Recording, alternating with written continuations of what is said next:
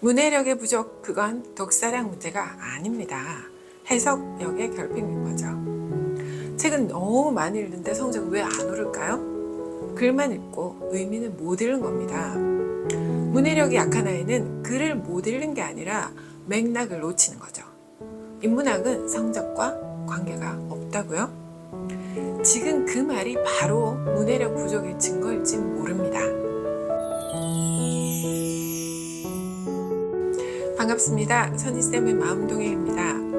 오늘은 웩슬러 지능검사 중에서 언어 이해 지표를 중심으로 그 수치 너머에 있는 아이의 마음을 어떻게 좀 이해할 수 있을지 얘기해 보려고 합니다.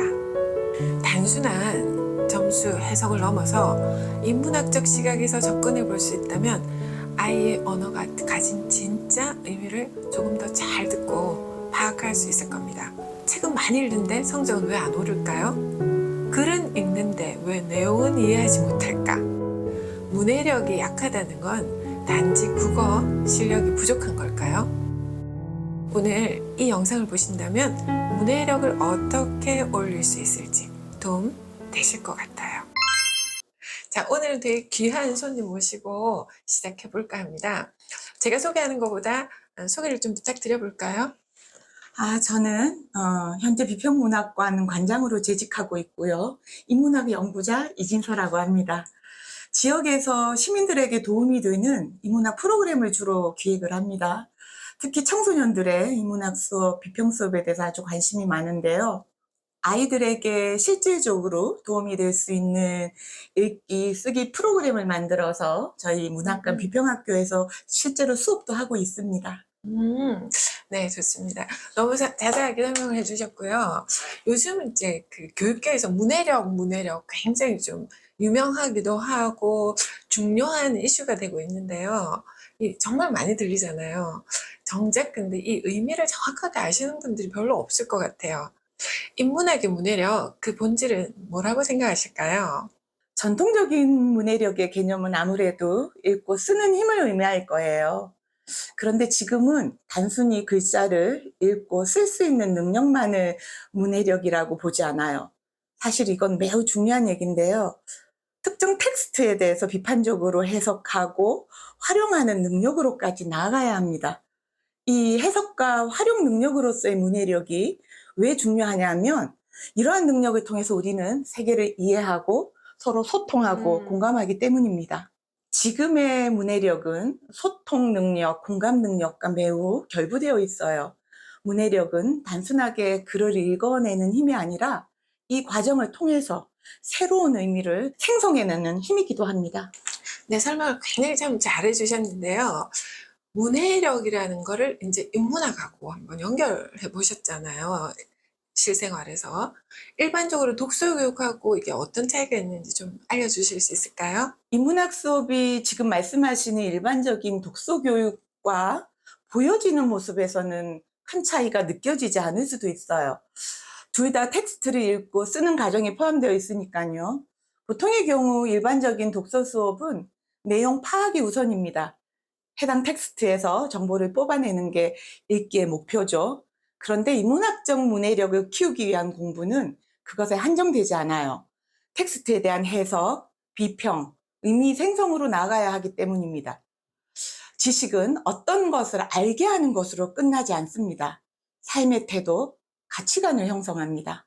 인문학적 문해력을 통해 획득한 지식은 인간과 사회에 대한 깊은 사유를 가능하도록 돕습니다. 그래서 인문학적 문해력을 키우기 위한 수업 방식 역시 그것이 가능하도록 구성되어야 해요. 그게 일반적인 독서 수업과 가장 핵심적인 차이라면 차이입니다. 그런 차이가 있었군요. 사실 많은 분들이 책 많이 읽히면 이렇게 문해력이 올라가겠지 이렇게 생각하시는 분들도 있는데요. 그건 사실 독서력에만 좀 초점을 둔 교육이라는 생각이 들거든요. 인문학과 연결된 문해력 교육은 전혀 다른 이제 방향이고 또 문해력을 단순히 읽는 힘이 아니라 세상을 읽고 해석하는 힘으로 이해를 좀 해도 될 것 같아요. 자, 다음은 세 번째 질문을 한번 해볼까 해요. 보통은 이제 국어 교육 안에서 문해력을 얘기하잖아요. 근데 이제 인문학적인 문해력은 어떤 차이점은 있고 또 다른지 좀 알려주실 수 있을까요? 이번 질문의 연장선인 듯 한데요. 문해력이 인문학과 결합이 될 때 더 이상 독서는 기술의 문제로 국한되지 않아요. 좀 전에 말씀드린 것처럼 지식은 단순한 정보가 아니라 어떤 사람의 가치관과 삶의 태도를 결정짓습니다. 인문학적 문해력을 통해서 단순하게 외부 정보를 수용하는 것에 머물지 않고 타자를 이해하고 공감하는 능력으로 나아가게 됩니다. 이런 과정을 통해서 우리는 자기를 이해하고 자신의 삶을 좀 더 충실하게 살아내는 원동력으로 삼습니다. 보통 아이들이 책을 읽는데 글의 맥락이나 의도를 뭐 이렇게 잘 이해하지 못하는 경우도 있거든요. 이거는 이제 문해력이 부족한 건지 아니면 감각의 문제인지 좀 궁금하거든요. 근데 보통은 이제 부모들이 이런 일을 많이 겪으시는데 우리 아이는 책은 잘 읽는데 왜 내용을 깊이 있게 이해하지 못할까요? 라는 또 질문도 하시기도 하고, 사실은 이제 단순한 이제 문해력의 부족이라고 보기에는 조금 더 상세한 접근이 필요하기도 한데, 이 문제에 대해서 좀 알려주실 수 있을까요? 아이들이 글의 맥락이나 의도를 잘 이해하지 못하는 경우 보통은 그것을 단순히 문해력의 부족의 문제로만 봅니다. 근데 그렇게 단정할 수는 없어요. 아이들은 각기 다른 문화적 환경에 놓여 있기 때문이죠.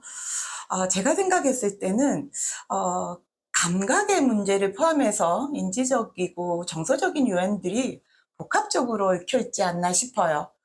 아이들이 맥락과 의도를 읽어내지 못하는 경우의 대부분은 인지적인 측면의 문해력과 감각적인 차원의 감수성이 분리되어서 작동할 때입니다.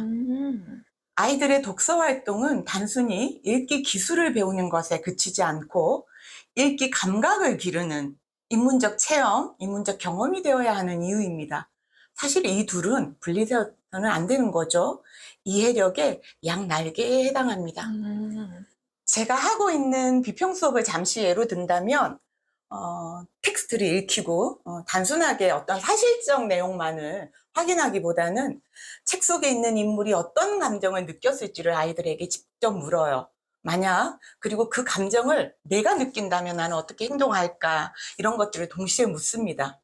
사실 이 과정을 통해서 아이들은 정보에서 감정으로, 그리고 감정에서 추론으로, 추론에서 맥락 이해로 나아가게 되는 거죠. 이게 하나의 큰 구조를 이루게 됩니다. 그 외에도 책을 읽고 난 뒤에 그 책의 내용과 유사한 그림을 함께 본다든가 음악을 듣는다든가 무엇보다도 몸을 이용해서 무언가를 표현하게 한다든가 이런 것들, 이런 방식들이 매우 중요합니다. 우리 학부모님들께서 아이들이 책을 빨리 읽으면 매우 좋아하시는데 사실 독해를 빨리 읽기로 이해하는 건 그렇게 썩 적절하진 않아요. 질문 중심의 느린 읽기로 전환되어야 인문적 독서가 실질적으로 가능해집니다. 느린 읽기 기억이 남을 것 같아요. 한 5번째 질문 한번 드려볼까 합니다. 감정이입이나 맥락이나 파악, 관점, 비교, 아주 좀 어려운 말이기도 한데 이런 능력이 실제 문해력에 어떤 영향을 줄 수가 있는지 좀 알려주실 수 있을까요? 감정이입이나 맥락을 파악하는 것, 관점을 비교하는 것, 사실 그건 너무 중요한 얘기입니다. 문해력의 깊이와 질을 결정짓는 핵심 역량인 거죠. 글 속 인물의 감정이나 상황에 내가 이입이 되면 글 속 상황에 대해서 숨겨진 이면까지 이해할 수 있게 됩니다. 그러면 당연히 몰입도는 높아지겠죠. 그리고 이런 몰입도를 통해서 내용에 대한 깊은 이해를 가능하게 합니다. 맥락을 파악한다는 것은 그 글의 상황을 고려해서 의미를 해석한다는 얘기인데 그것은 곧 자신의 위치에서 세상을 바라볼 수 있는 힘이 생긴다. 저는 이거 굉장히 중요하게 생각합니다. 사실 이게 어쩌면 지금 현 시대의 문해력의 핵심이라고 말씀드릴 수 있습니다. 네. 오늘 이제 인문학 관장님의 솔루션을 듣고 나니까 결국 인문학은 자신의 위치에서 세상을 바라볼 수 있는 자신만의 관점을 파악해라. 그리고 또 이게 또 메타인지와 또 연결된다는 또 생각도 들었어요. 오늘 저하고 이렇게 귀한 시간을 좀 마련해 주셨는데 이렇게 말씀해 주시면서 좀 어떠셨어요? 어떤 마음이 드셨어요? 사실 제가 크고 작은 인문학 강의를 나가요. 문학관 관장이기도 하기 때문에. 그런데 오늘 어쩌면 우리 시대 아이들 교육의 가장 큰 화두가 이런 문해력 문제가 아닐까 싶어서요. 학부모님들에게 좀 더 실질적인 솔루션을 드리고 싶은데 거기에 못 미치지 않았나 하는 반성도 되고요. 좀 더 현실적인 얘기를 또 한번 해드릴 수 있는 기회가 되면 좋겠습니다. 오늘 그럼요. 이탄을 한번 기대해 보고요. 제가 듣기로는 요즘 보기 드물게 도제식 수업을 인문학 수업을 하신다는 얘기를 전해 듣습니다. 오늘 인문학과 문해력을 어떻게 적용할 수 있을지에 대해서 얘기를 들어주셔서 감사합니다. 여러분의 마음 건강과 자녀를 잘 키우는 채널 선희쌤의 마음동에 좀 더 유익한 정보를 드릴 수 있도록 노력하겠습니다. 또 인문학 수업 2탄에서 또 배워요.